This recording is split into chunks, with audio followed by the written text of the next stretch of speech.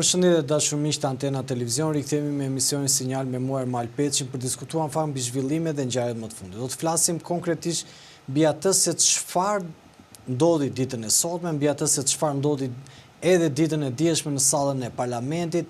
Barazia gjinore është rikthyer në një temë e diskutueshme, e cila lidhet drejt për drejt në fakt me disa pretendime që kanë konservatorët apo djathët që thonë që mundet të cënohet tek fëmia, në anën tjetër vetë përfaqësuesit apo njerëzit që janë pro kësaj barazisë gjinore kanë pretenduar që nuk prek në asnjë moment fëmijët, por flitet edhe për etapa që shkojnë drejt Bashkimit Evropian.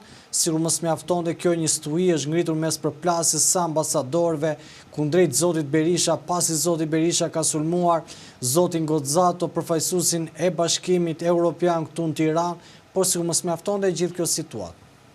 Në këtë panoramë duket që edhe për maksimumi 24 orë hym në zgjedhjet e pjesme, do të thoja të paktën në 5 bashki të Shqipërisë, duke qenë se Tirana bëri përjashtim. Për të folur për këtë çështje, po për diskutuar edhe mbi ngjarjet që janë zhvillimet kryesore politike, kam kënaqësinë kem në studio Alesia Balliun. Alesia, përshëndetje. Faleminderit për ftesën. Alesia, kënaqësi. Doja të diskutonim mbi, në fillim doja të mirja një mendim mbi çështjen e barazisë gjinore, si e keni parë këtë projekt ligj që është votuar nga Partia Socialiste, por gjithashtu kemi parë që grupi i deputetëve jo gjithë në blok kanë mbështetur zotin Berisha. Një pjesë nuk kanë votuar, vetëm 36 deputet kanë qenë pro zotit Berisha. Mund më bësh një panoramë si e ke parë të barazisë gjinore dhe më pas edhe me mënyrën se si kanë votuar deputetët e Partisë Demokratike? Unë personalisht jam konservatore dhe besoj pa diskutim në Zot, besoj që ka vetëm 2 gjini dhe jam shumë e habitur edhe nga përkatësia fetare në për rrethet e qarqe që është bërë palë me politikën, duke mos reaguar sikur mos ekziston dhe as Bibla as Kurani. Nga ana tjetër jam pro vlerave dhe pa diskutim që jam pro familjes dhe jam pro një familje tradicionale të shëndetshme. Kurse pjesën e votimit të Partisë Socialiste pa diskutim që e shoh vetëm si një mekanizëm për të qenë më afër objektivit Bashkimit Evropian. Ndërkohë realiteti shqiptar është shumë ndryshe, se sot po ta vësh me vot atë projekt ligj, shqiptarët pa diskutim do jenë kundra. Shqiptarët janë shumë larg realitetit që Bashkimi Evropian kërkon. Kështu që dhe PS-ja në opinionin tim ka votuar thjesht për të fituar një pik plus Bashkimit Evropian. Sa për diskursin që Berisha e bën sipas Orexit, kjo është gjë tjetër pastaj. Sepse ja ta shpjegoj unë. Zoti Goxato nuk fyu qeverin, por realisht ai e lavdëroi, i sa shkëlqeu. Dhe kjo deklaratë e tij irritoi Berishën. Dhe Berisha tani që të duket pro-amerikan, sulmon BE-n që gjajnë në një linjë me amerikanët. Se ne dim që nga ana politike BE-ja tashmë është më afër me Ramën se sa me USA-n. Dhe në këtë prizëm Berisha, duke qenë dhe pak inferior ndaj damkës që ka nga Shtetet e Bashkuara për non-gratën dhe korrupsionin, thot unë jam në një linjë me Trumpin dhe po i bi BE-s. E ndjen Berisha çështjen e non-gratës, se përjeton, sepse ai e ndjen çështjen e non-gratës, po ai nuk ka ndjeshmëri fare për çështjen e gjinive, sepse dua të kujtoj Ermal që kur ka qenë Berisha kryeministër, ka qenë pro kësaj reforme dhe ka votu po vetë për të duk mirë me Europën. Tani që ka ndryshuar situata, ai edhe politikën e bën sipas Orexit. Në ato kohë interesonte ta kishte një hap përpara, e ka votuar kur ka qenë vetë kryeministër, tani që nuk është kryeministër, ka dhe damkën nga SBA-ja, thotë unë po mbaj linjën e SBA-s duke e sulmuar BE-n. Gjasme po kopjon Trumpin në këtë aspekt. Alesia, gjasme po kopjon Trumpi. Në anën tjetër duket se nuk ka ndryshuar asgjë.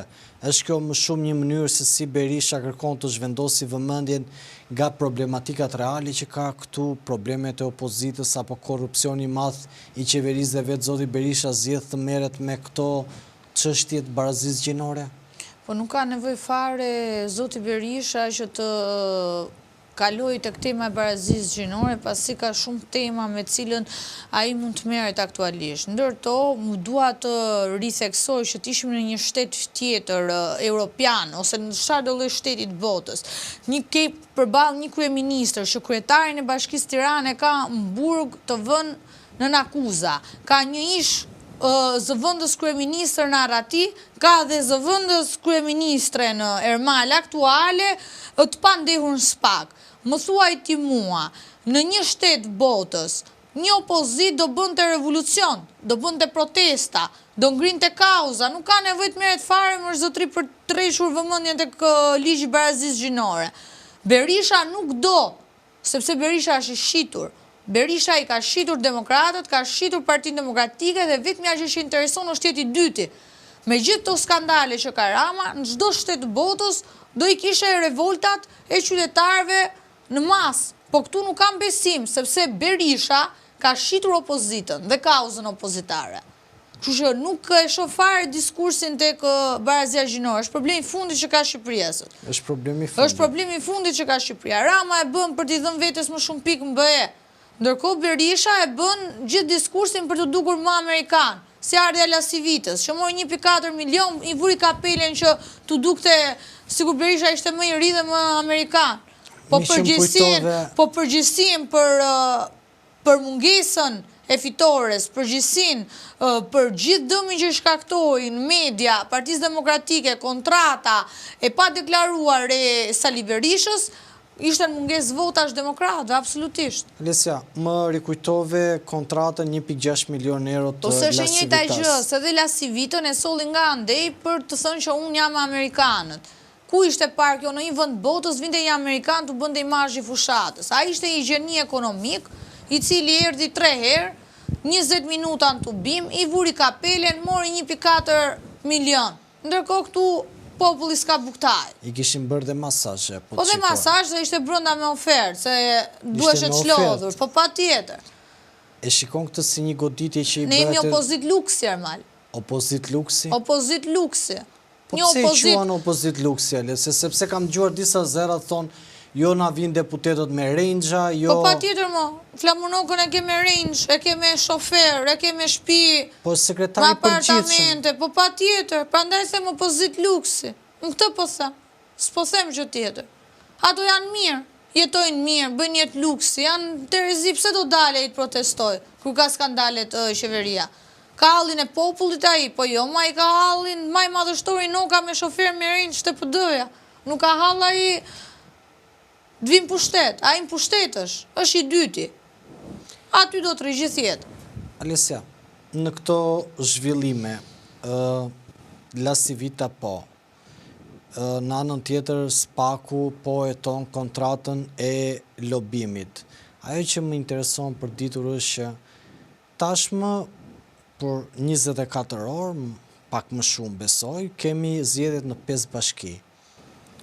Çfarë pritet të ndodhi, do doja në fakt ditën e sot me më gjajti fiksi një komedi, kur ka që një komedi që a i thoshe sa gola do bështi, a i thoshe 1 pse s'tua 2, thoshe e 3, dhe pas sot Ramën me ata kandidatët për kryetar bashkie dhe i pyese sa do fitoshti, a i thoshe 80, po ti, a i tjetrin siklet 83, po ti, thoshe a i 50, ton edhe në fund, një e undjes sikleta e tjetër e tha jo, unë po e rris ta 60, dikush që tha 65, Rama i tha jo, duhet ta ulesh me atë që di unë, i tha. Kështu që në këtë kontekst të komedisë ka qenë me Mehmet Begën, me portierin, mos gaboj, në këtë situatë, opozita si e shikon, do fitoj, do humbi, dhe çfarë do ndodhi sepse kemi, po edhe sepse vetë Zoti Berisha s'po del në fushat, e ka lënë të pavarur. Heshtja Berishës e ke përgjigjen brenda, Ermal. Heshtja Berishës është pa diskutim që kam pranuar humbjen. Madje mos them që këto kandidatët janë shitur te Rama që të marrin një post mbrapa. Kandidatët që janë tani aktualisht për bashkit. Këta gjasme që artikulohen si të pavarur nëpër media. Nga ana tjetër, pastaj rezultati të kthehemi të bëhemi çik serioz, do jetë pa diskutim 5-0 për Partinë Socialiste. Arsyet janë të qarta, opozita nuk ka mbajtur përgjegjësinë e 11 majit për humbjen, nuk ka pasur një ndryshim nga 11 maj deri tani në kampin opozitar dhe duke mos ndryshuar asgjë pa diskutim që rezultati do jetë i njëjtë, madje do jetë edhe më i thellë sepse në PD askush nuk merr përgjegjësi dhe në PD mbi të gjitha sot ka një mungesë identiteti dhe mungesë reale të bërurit opozit. Ka një mungesë reale të bërurit opozit. Po, kështu që nuk ka ndryshuar asgjë nga 11 maj deri tani dhe rezultati do jetë më i thellë se 11 maj. Farsa zgjedhore nuk u provua, Berisha nuk do i pranonte dhe zgjedhjet, ndërkohë iku kokulur në parlament. Në këto biseda ka premtuar prej 3 muaj, shtator, tetor, nëntor, protesta madhështore, dëmposhtim regjimin, nuk ka bërë asgjë. Hishtja e tij është një përgjigje e thellë e humbjes që do ketë në të 5 bashkit, madje e theksoj që edhe kandidatët që janë përballë PS-s do jenë shitur në mënyrë që të marrin një post të Rama mbrapa. Do jenë të shitur? Po, pa diskutim, ose them janë të shitur. Kështu që prandaj është edhe hishtja e Berishës. Lesja, ku shkon Partia Demokratike në këtë rrugë? Në këtë rrugë, më kujtohet vetëm shpreha e Aristotelit, e cila është më aktuale dhe më prezente se kur, që thotë që një parti politike e cila nuk arrin të rigjenerohet, të riciklohet, është e destinuar të denigrohet. Edhe këtu është edhe situata aktuale e Partisë Demokratike, fatkeqësisht. Që PD-ja të jetë një alternativë serioze dhe të jetë një alternativë qeverise, duhet të ndjekin shembullin e Bujar Leskës, që çdo drejtues politik i cili ka humbur të ketë kartën morale, t'japi dorëheqjen si drejtues politik i qarkut, mbrapa t'japi dorëheqjen edhe të mandatit deputetit, duke ricikluar kështu dhe rigjeneruar Partinë Demokratike, me një elitë të re, me një brez të ri, por që të ndodhi kjo për mos drejtuesve politik, me rëndësishmja dhe thelbësorja është që leadershipi i Partisë Demokratike të japi një dorëheqje për të mos rigaruar më, siç e thotë edhe statuti i Partisë Demokratike, të respektohet institucioni i Partisë Demokratike dhe statuti i saj. Kjo është thelbësore, pa ikur leadershipi dhe madhështorët që mban përreth, Partia Demokratike nuk ka frymarrje. Partia Demokratike ka frymarrje vetëm me një elitë të re politike. Në fakt, Alesja, nëse qëndrojmë në këto zhvillime dhe në këto aktualitet politik, në anën tjetër shikojmë që spaku po guxon të godasi figura shumë të rëndësishme edhe brenda Partisë Socialiste, por edhe nga Partia Demokratike. Mendoni se SPAK do të vazhdoj përsëri me të njëjtën intensitet goditjesh? Patjetër, madje unë mendoj që do ketë një goditje djathtas edhe do jetë shumë shpejt. Do ketë një goditje djathtas të zyrtarit të lartë Partisë Demokratike. Informacion në sa mund të lejohet ose ai sa ke? Kam informacione që është Zoti Noka. Që është Zoti Noka? Pa diskutim do kemi të reja në muajin vim. Për vilën në Gjirë të Lalësit apo nuk ka të dhënë? Nuk jap të dhëna për kac, ato i takojnë sistemit drejtësisë, por në burimet dhe informacionet që kam, unë di që do jetë dhe i goditur një zyrtar i lartë i Partisë Demokratike, që është numri 2 i saj, madhështori, Zoti Noka. Lesja, në të gjithë këto zhvillime dhe në këto ngjarje që shikojmë, edhe qytetarët cilët na ndjekin thonë që okej, Zoti Berisha është aty, nuk do të protestoj. Aktorët e tjerë politik, i shikon të mundur të krijojnë një frym apo duket sikur sistemi është kapur nga këta dy individ, Berisha dhe Rama? Tani nuk mund ta shuar sistemin e kapur, pasi populli aty i kishte partitë të reja dhe mund t'i votonte. Kështu që kjo është një teori që nuk shkon në opinionin tim personal. Aman, mund të them diçka që partitë e reja pa diskutim që duhet kishin dalë në protestë, por unë ato i shoh aktualisht sikur janë të varura nga Partia Demokratike dhe presin lëvizjen e PD-s që ato të reagojnë. aktualisht i shoh në gjumë, aktualisht i shoh dhe në zgjedhjet lokale të pjesshme që janë tani në 5 bashki, i shoh me mungesë kandidature. Janë opozita, partitë e vogla të gjithë tek kandidati pavarur. Te kandidati pavarur, kjo nuk është alternativë për që një forcë qeverisë nesër. Se ti biti është patërice Partisë Demokratike dhe pa diskutim varësit saj. Kështu që në këtë kontekst nuk e shoh fare. Tek partitë e reja, Endri Shabani ka dhënë dorëheqjen për të kandiduar për avokatin e popullit. Kjo është e drejta e tij, secili jarmal ka të drejtë këtë ambicet e veta personale, pa diskutim. Endri Shabanin ka bërë një aktivitet për hir të vërtetës, publik, politik dhe ka pasur qëndrime dhe opinionet e tij. Në qoftë se nga ana profesionale dhe ligjore i plotëson kushtet për titullin e avokatit të popullit, pa diskutim unë i uroj suksese. Nuk e gjykoj as pak, sepse ambicia personale e çdo kujt është e drejta e çdo kujt për të ecur përpara për të dhënë në kontribut më tepër në shoqëri. Gjithmonë në mënyrë profesionale për sa kohë është i pakorruptuar dhe për sa kohë nuk përbën në rrezikshmëri publike.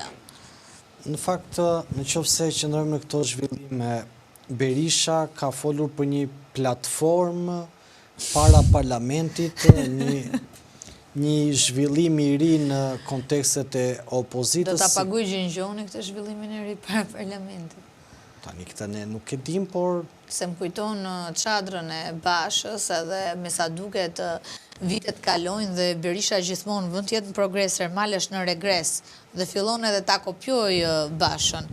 Do bëj këto protestat, mbaj mend protestat e Bashës kur hiknim, mbas çdo proteste Basha thoshte, Rama nga ky moment nuk është më kryeministër. Tani ka ardhur koha Berishës që ta kopjoj Bashën dhe thot nga ky moment Rama nuk është më kryeministër. Unë nuk e marr seriozisht fare se ta thash ka nga shtatori deri tani thot do bëjmë protesta, kur vjen puna nuk kemi parë asnjë reagim të vetëm.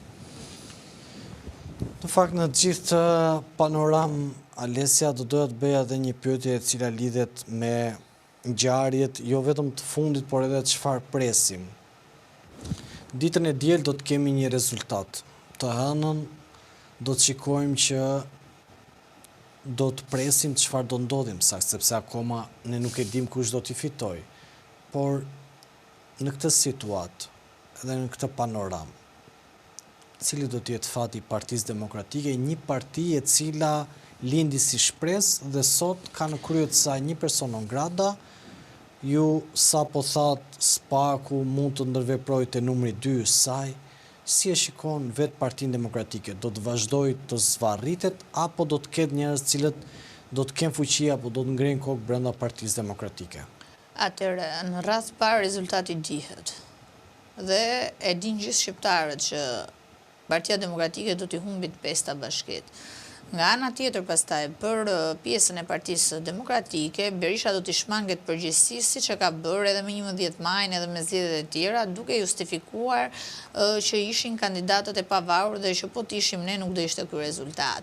Prandaj dhe heshtja e tij deri në këtë moment tregon fiks pohimin e dështimit të tij të radhës. Për mos ai nuk do ta mbaj faturën mbi veten e tij, mbi logon e partisë së tij, madje tek kjo loja i futi edhe 2 partitë e tjera duke i bërë paterica të vetat dhe duke rënë pre e lojës Berishës që është ujku i vjetër në politik. Të ardhmen e Partisë Demokratike unë nuk e shoh tek një 81 vjeçar, nuk e shoh tek një person që është mundur 2 herë nga pushteti në 2013 në 2025. Të ardhmen e Partisë Demokratike e shoh vetëm kur të iki leadershipi dhe elita drejtuese e saj, e cila sot e ka kthyer Partinë Demokratike në një parti staliniste. Por nëse Berisha kërkon që ta mbajë opozitën pengt vetes tij, unë të ardhmen e shoh si thatë i Maqedonisë dhe atë punë do ketë Berisha që do ketë një grup vogël deputetësh që do operojnë për kontot të tij, për llogaritë të tij edhe kaq, por nuk do jenë për interesin kombëtar, nuk do jenë për demokratët e thjesht, nuk do jetë për popullin dhe nuk do jetë një alternativë për të qeverisur nesër. Thjesht do kthehet si partia thatëshit në Maqedoni, që do kenë një grusht vogël deputetësh që nuk do të shërbejnë as drejshit. Nuk do të shërbejnë as drejshit. Edhe një pyetje të fundit, mendoni që SBA-ja do ta negociojë negociojë në gradën me zotin Berisha, apo gjë që nuk negociohet dhe do të vazhdoj po Tani nuk po e marrin vesh se zyrtarët lartë PD-s kanë thënë që i është hequr. Njoftim zyrtar për heqje nuk ka. Që zoti Berisha të negociojë me SBA-n nuk e shoh në kushtet e duhura për të negociuar, por mbi të gjitha si do të jetë negociata, të supozojmë tani se kur ka një negociat, mendoj që një ndër kushtet kryesore të negociatës duhet të jetë tërheqja e Sali Berishës nga politika dhe nga pushteti, por Berisha nuk jeton dot pa pushtetin. Nuk ka frymarrje pa pushtetin. Kështu që ai është kail ta mbaj peng një opozit, mbaj peng një parti vetëm për të kënaqur egon e tij personale. Në këtë kontekst nuk e shoh fare që Berisha do bëj pas. Nuk do të bëjnë asnjë moment pas. Kështu e shoh. Alesia, unë ju falenderoj shumë për kohën tuaj. Faleminderit. Të dashur miq, duke falenderuar secilin prej jush që na ndjek live këtu në antena televizion e emisionit Sinjal me Muar Marpeçi, duke ju kujtuar secilin prej jush bëj subscribe dhe të regjistrohet në kanalin ton. Nga unë Marpeçi, miru pafshim dhe do të shihemi përsëri në ngjarjet dhe zhvillimet më të fundit.